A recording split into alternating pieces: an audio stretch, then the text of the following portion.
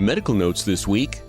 Most of us can't wait until COVID is behind us, but a new survey shows that even then, most of us will continue with health precautions.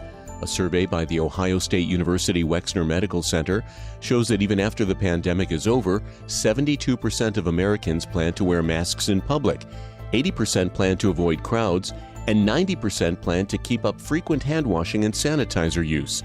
Doctors are encouraged since those habits cut down on the flu and other diseases. Pregnant women who have had the coronavirus pass antibodies to their babies, who are presumably protected themselves against the virus. A study in the journal JAMA Pediatrics shows that COVID antibodies pass through the placenta efficiently so that newborns have plenty of COVID antibodies, sometimes even more than the mother herself. If your gums are bleeding, dentists say to be sure to brush and floss twice a day since it's a possible sign of gingivitis. But now add another remedy: increase your intake of vitamin C. A study in the journal Nutrition Review shows that bleeding of the gums as well as bleeding in the eye are associated with low levels of vitamin C.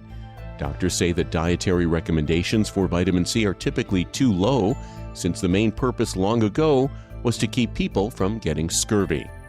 And finally, people blame short sleeping on a lot of things, but apparently they should also blame the moon. A new study in the journal Science Advances shows that in the last few days before a full moon, people go to bed an average of a half an hour later than the rest of the month and get about 45 minutes to an hour less sleep. And it happens both in modern urban areas and places that don't have electricity. Scientists speculate that it's a leftover from our pre-electric past, an adaptation that allowed us to take advantage of nights with a little more light. And that's Medical Notes this week.